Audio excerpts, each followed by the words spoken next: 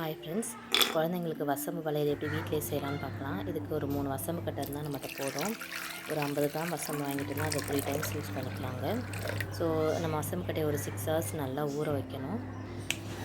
இது நல்லா ஊறுறதை பார்க்குறது எப்படின்னா, அந்த கட்டையை நம்ம வளைக்கும் போது அது ரொம்ப நல்லா அழகாக வளையணுங்க.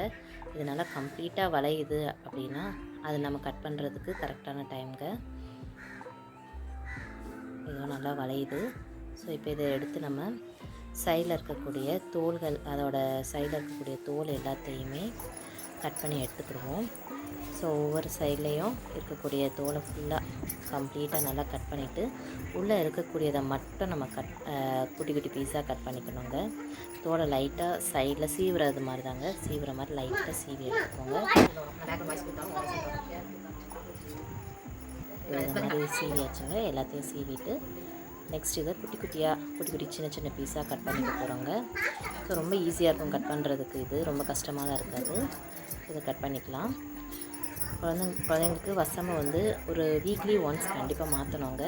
ஸோ அப்படி மாற்றும் போது அவங்களுக்கு வயிறு சம்மந்தமாக எந்த ப்ராப்ளம் வராது, லூஸ் மோஷன் போகாது, வயிறு செமிக்காமல் இருக்காது, குழந்தைங்க சின்ன சின்ன அழுதுகிட்டே இருக்காதுங்க, நல்லா ஆக்டிவாக இருப்பாங்க.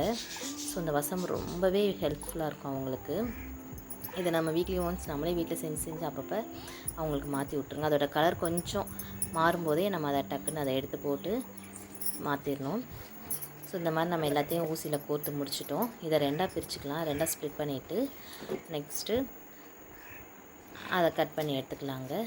அவ்வளோதான். ஸோ நமக்கு 2 கைக்கும் தேவையான வசம்பு வளையல் ரெடி ஆகிடுச்சு. இப்போ இதில் கொஞ்சோண்டு மஞ்சத்தூள் போட்டு நம்ம ஆல்ரெடி யூஸ் பண்ணுவோம் இல்லையா குழந்தைங்களுக்கு சீர் பொடின்னு சொல்லி, ஸோ அந்த சீர் பொடியும் உள்ளே போட்டு லைட்டாக தண்ணி தெளித்து நம்ம மிக்ஸ் பண்ண போகிறோம். அவ்வளோதாங்க. ஸோ இது குழந்தைங்களுக்கு சீரடிக்குதுன்னு சொல்லுவாங்க, குழந்தைங்க வாமிட் பண்ணுவாங்க, அது சீரடிக்குதுன்னு சொல்லுவாங்க. அந்த மாதிரி ப்ராப்ளம்லாம் இருக்காது.